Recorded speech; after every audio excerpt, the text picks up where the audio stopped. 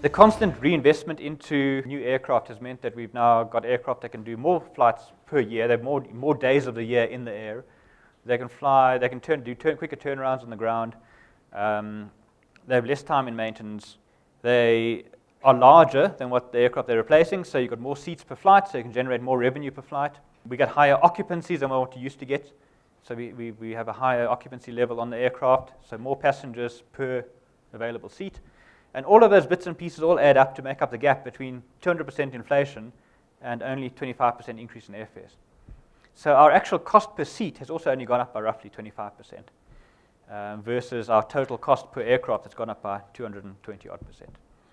But like I said, you can't just wake up one day 5 years later and say, okay, how do we fix this now? Because then it's too late. And at 200% compound growth, the graph is like this. To a large extent, this is what some of the factors that you see behind the losses in airlines that have gone out of business. If you take one time, for example, they launched in 2004, went out in 2011. They were still flying exactly the same aircraft that they started with.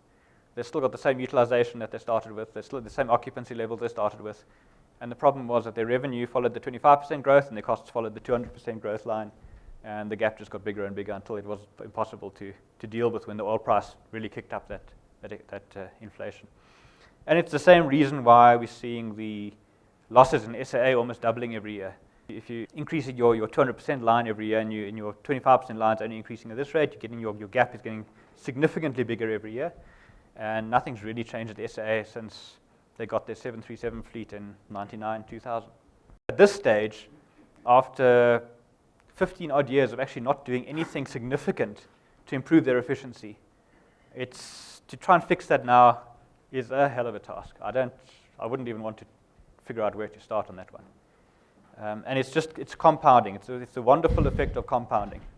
If you don't deal with your compounding in year one, the money, if you invested your money 10 years ago, you'd have a decent money now. If you start investing now, it's not worth that much. And that's the real issue. It's the compounding effect of that growing gap.